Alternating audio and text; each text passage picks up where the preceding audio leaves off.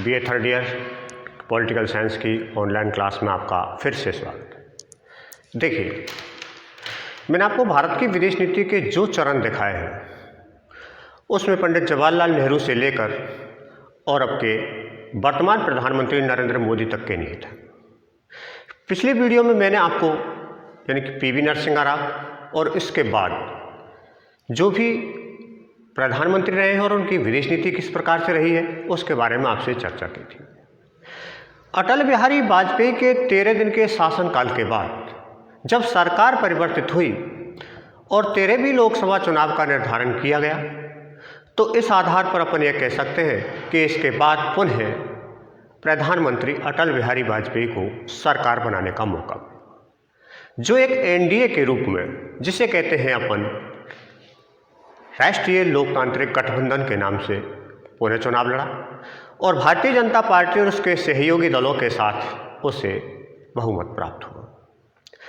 इसके बाद अटल बिहारी वाजपेयी का शासनकाल यानी कि 13 महीने के लगभग रहा, लेकिन पुनः फिर जब चुनाव हुए थे 13वीं लोकसभा चुनाव के, इसके बाद एनडीए को पूरा समर्थन प्राप्त हुआ और नरेंद्र मोदी को यानी कि पुनः प्रधानमंत्री बनाया गया। यानी कि पुनः अटल बिहारी वाजपेयी को प्रधानमंत्री बनाया गया। तो सामान्य से अपन ये कह सकते हैं कि अटल बिहारी वाजपेयी 1998 से 2004 तक यानी कि 13 माह का शासनकाल और इसके बाद 5 वर्ष का शासनकाल यह है निर्धारित कहा। हालांकि ये माना जाता है कि पीवी नरसिम्हा राव के शासनकाल के समय भी भारत की विदेश नीति बहुत अच्छी थी और उन्होंने यथावत प्रयत्न भी किए थे कि पड़ोसी राज्यों के साथ में अच्छे संबंध बनाए रखने के साथ साथ में अंतर्राष्ट्रीय क्षेत्र में भारत की विदेश नीति उच्च स्तर पर होनी चाहिए और उसी के आधार पर उन्होंने इस बात का निर्धारण किया कि किसी न किसी रूप में इसे आगे बढ़ाना होगा। तो अटल बिहारी वाजपेयी ने हालांकि भारत की विदेश नीति को और अधिक ज़्यादा प्रभावी बनाया। उन्होंने पड़ोसी राज्यों के साथ में, यूरोपीय देशों के साथ में, या अपन ये कह सकते हैं कि छोटे छोटे जो सैनिक संघ यानी कि सैनिक संगठन थे या क्षेत्रीय संगठन थे, उनके साथ भी उनका इस प्रकार से व्यवहार रहा कि भारत की विदेश नीति लगभग अच्छी होती चली गई। तो देखिए, इनमें सबसे पहला महत्वपूर्ण कारण था जैसे कि सबसे पहले जवाहरलाल नेहरू ने कहा कि भारत को आत्मनिर्भर बनने के लिए महाशक्ति का होना अति आवश्यक है। उसी को आधार मानकर इंदिरा गांधी ने पहली बार परमाणु परीक्षण किया था और दूसरी बार अटल बिहारी वाजपेयी के नेतृत्व में भूमिगत नाभिकीय परीक्षण किया गया था। तो उनकी विदेश नीति की पहली महत्वपूर्ण भूमिका या पहला महत्वपूर्ण कार्य ये माना जाता है कि उन्होंने भूमिगत नाभिकीय परीक्षण किया। 11 मई एवं 13 मई 1998 को उन्होंने राजस्थान के पोखरण में परमाणुवीय परीक्षण कर अंतर्राष्ट्रीय क्षेत्र में हलचल पैदा कर दी कि भारत परमाणु संपन्न राष्ट्र हो चुका है। हालांकि इसके बाद में अमेरिका ने भारत पर आर्थिक प्रतिबंध लगाए, लेकिन यह अधिक समय तक प्रभावी नहीं रहा और उसे आर्थिक प्रतिबंध हटाने पड़े। दूसरा महत्वपूर्ण था उन्होंने निशस्त्रीकरण। अटल बिहारी वाजपेयी ये जानते थे कि आत्म सुरक्षा के लिए नाभिकीय परीक्षण आवश्यक है, लेकिन अंतर्राष्ट्रीय क्षेत्र को यदि किसी प्रकार का खतरा पैदा होता हो या शांति भंग होती हो तो उसके लिए वह निशस्त्रीकरण का समझौता करने के लिए तैयार है। तो सामान्यतः अपन ये कह सकते हैं कि निशस्त्रीकरण का समझौता यानी कि न्यूयॉर्क में जो आयोजित किया गया वो लगभग 1 महीने तक चला। 12 अक्टूबर से 13 नवंबर तक चलने वाले इस निशस्त्रीकरण समझौते में जो न्यूयॉर्क में आयोजित किया गया था, इसमें नाभिकीय हथियारों के प्रयोग पर रोक लगाने पर यानी कि मंजूरी प्राप्त करनी थी। लेकिन न्यूयॉर्क में होने वाले इस सम्मेलन में 39 राज्यों के एवज में यानी कि वो उसके पक्ष में नहीं थे, लेकिन 111 राज्यों की सहमति प्राप्त हुई और उस पर भारत भी सहमत हुआ। इसके बाद देखिए शांति स्थापना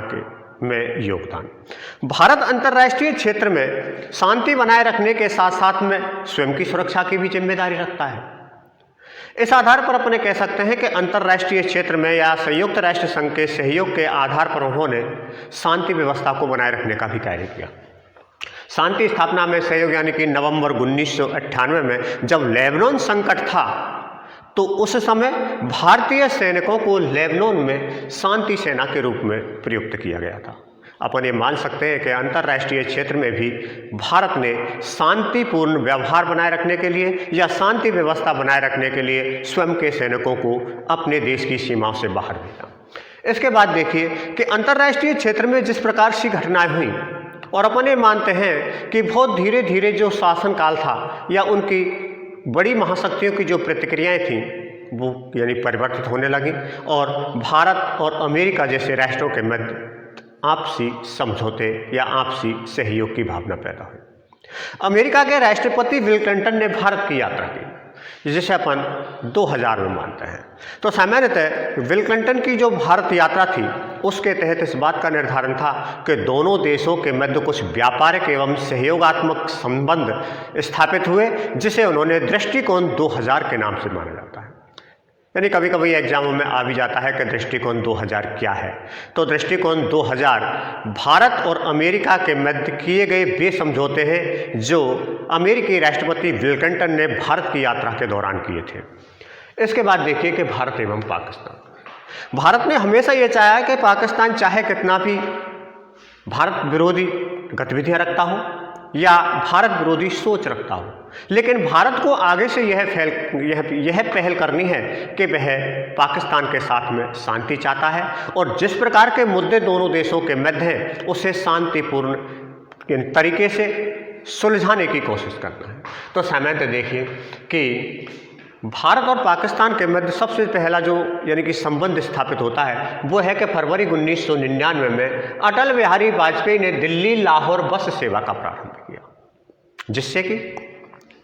पाकिस्तान से आने वाले व्यक्ति और भारत से जाने वाले व्यक्ति यानी पूर्ण रूप से किसी अंतर्राष्ट्रीय क्षेत्र की गतिविधियों के माध्यम से नहीं बल्कि दोनों बसों के माध्यम से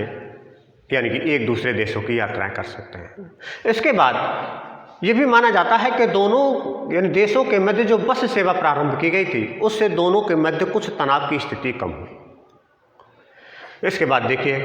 कि अटल बिहारी वाजपेयी का जो महत्वपूर्ण कार्य माना जाता है वह है संयुक्त राष्ट्र संघ की महासभा के समक्ष उद्बोधन।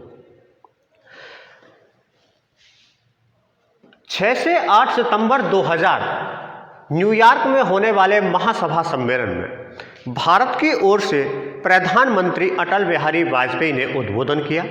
और संयुक्त राष्ट्र संघ की समीक्षा के साथ साथ में इस बात को भी स्पष्ट रूप से यानी कि अप्रत्यक्ष रूप से उजागर कर दिया कि भारत भी सुरक्षा परिषद की सदस्यता रखने के लिए पूर्ण रूप से योग्यता रखता है।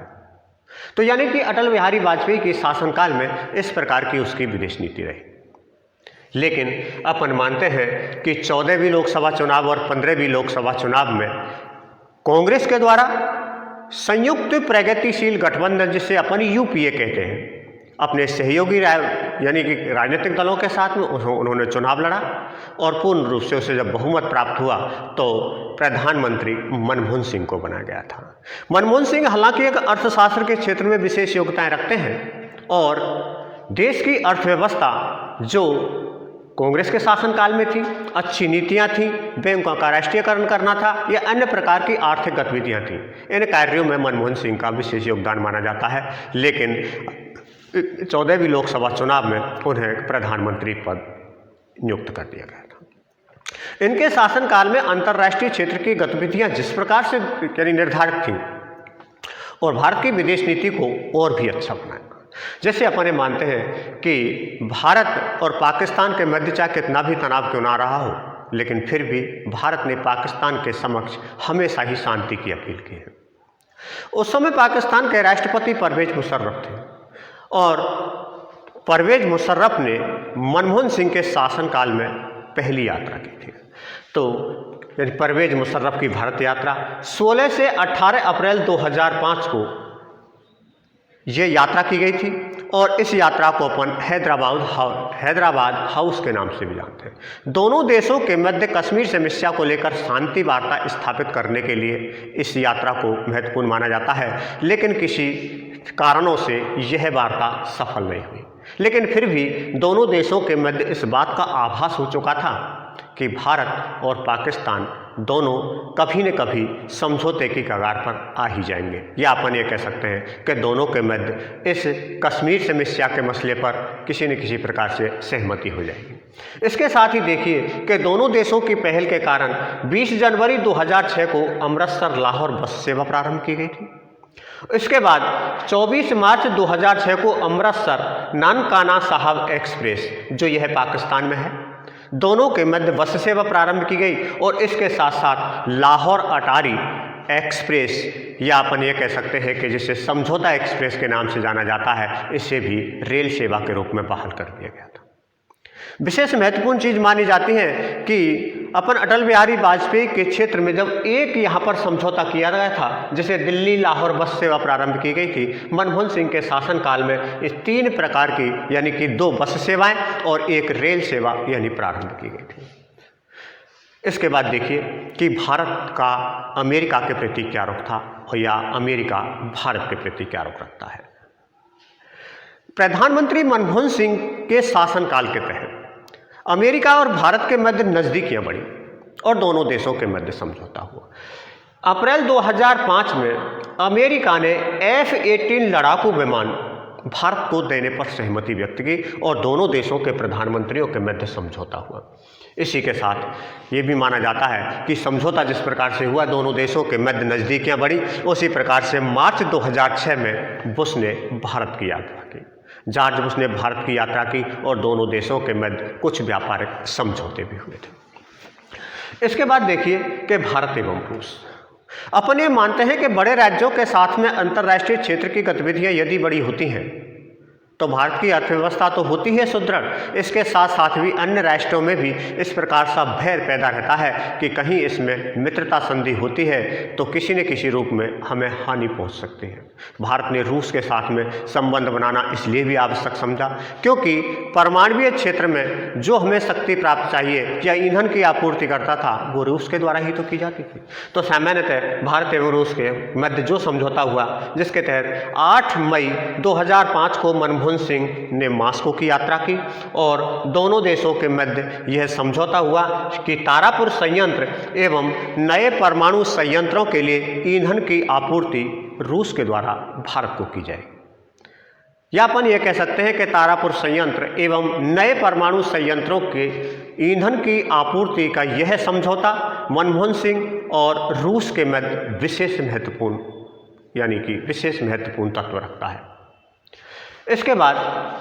भारत एवं सार्क, अपन ये मानते हैं कि भारत सार्क का सदस्य है और सार्क देशों के 7 सदस्य आपसी सहयोग के आधार पर संगठित हुए हैं।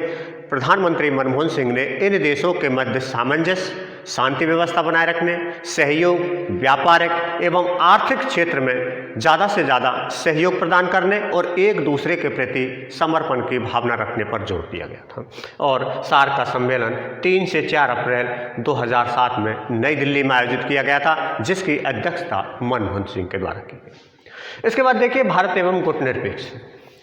15 से 16 जुलाई 2009 को होने वाले गुटनिरपेक्ष आंदोलन के तहत भी गुटनिरपेक्ष आंदोलन के सदस्य राष्ट्रों के मध्य मनमोहन सिंह ने इस बात का ऐलान किया कि जब तक आंतरिक क्षेत्र की व्यवस्थाओं को सुधार नहीं किया जा सकता, आपसी सहयोग पर बल नहीं दिया जा सकता, तब तक कोई भी राष्ट्र विकासशील ना तो विकासशील श्रेणी में आ सकता है और ना ही विकसित श्रेणी में आ सकता है। तो सामान्यतः उन्होंने इस बात का निर्धारण किया कि शीत युद्ध की समाप्ति के बाद भी अगर गुटनिरपेक्षता की प्रासंगिकता को बनाए रखना है तो ऐसी स्थिति में इन गुटनिरपेक्ष देशों के मध्य समायोजन एवं सामंजस्य की स्थिति का होना अति आवश्यक है। इसके बाद देखिए कि भारत एक ब्रिक्स से तात्पर्य 4 ऐसे राष्ट्रों के एक संगठन का निर्माण किया गया जो एक दूसरे देशों की सहमति एवं सहयोग पर आधारित था, जिसे अपन ये कह सकते हैं कि 15 अप्रैल 2010 को ब्राज़ील, रूस, भारत और चीन विकास एवं पारस्परिक संबंध के लिए एक ब्रिक्स यानी कि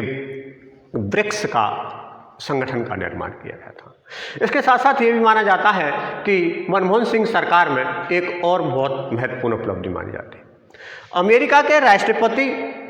एक बार फिर यानी कि बराक ओबामा जब राष्ट्रपति बने तो बराक ओबामा ने भारत की यात्रा की, जो नवंबर 2010 में थी। बराक ओबामा अमेरिका के पहले अश्वेत राष्ट्रपति थे जिन्होंने यानी पहले अश्वेत राष्ट्रपति थे और इसके बाद उन्होंने जब भारत की यात्रा की पहली बार भारत, दोनों देशों के मध्य किस प्रकार से संबंध स्थापित किए, यानी कि दोनों ही राष्ट्र आपस में सहयोग की प्रवृत्ति को तो रखते ही हैं, लेकिन भारत की स्थिति को देखते हुए बराक ओबामा ने संयुक्त राष्ट्र संघ की सुरक्षा परिषद में स्थायी सदस्यता की दावेदारी को उचित माना और वो मानता था कि भारत को सुरक्षा परिषद की स्थायी सदस्यता प्रदान की जानी चाहिए, जिसका पूरे अंतर्राष्ट्रीय क्षेत्र में भी कुछ राज्यों ने बहुत समर्थन किया। इसके बाद देखिए कि भारत एवं आसियान का, हालांकि भारत एक सदस्य नहीं है, लेकिन पूर्ण संवाद सदस्य था और लगभग 20 वर्ष के कार्यकाल में भारत ने आसियान को एक बहुत मजबूत स्थिति प्रदान की और भारत के साथ साथ आसियान के कार्यों में सहयोग भी प्रदान किया। प्रधानमंत्री मनमोहन सिंह ने आसियान का जो शिखर सम्मेलन 19 नवंबर 2012 को हुआ, उसमें उसके साथ सहयोग संबंध बनाने पर ज़्यादा से ज़्यादा जोर दिया। इसके बाद देखिए कि भारत एवं चीन, अपन मानते हैं कि चीन और भारत के मध्य पड़ोसी राज्य होने के कारण, या अपन ये कह सकते हैं कि सूचना, प्रौद्योगिकी, तकनीकी इत्यादि क्षेत्र में चीन की स्थिति भारत से हालांकि बेहतर है, तो इस आधार पर दोनों देशों के मध्य व्यापारिक संबंध होना बहुत आवश्यक था। तो प्रधानमंत्री मनमोहन सिंह ने 21 मई 2013 को चीन के साथ में लगभग 8 व्यापारिक समझौतों पर हस्ताक्षर किए, जो भारत के लिए और चीन के लिए, दोनों के लिए ही उचित माने जाते हैं। देखिए, सामान्यतः भारत की विदेश नीति का जो ये चरण है 2014 तक हो चुका है और वर्तमान के जो प्रधानमंत्री हैं वो 2014 से और वर्तमान यानी कि 2020 तक वर्तमान में बने हुए, और इनके शासनकाल की जो विदेश नीति रही है किस प्रकार से निर्धारित है, ये हम आपको अगले वीडियो में बताएंगे। तब तक के लिए धन्यवाद।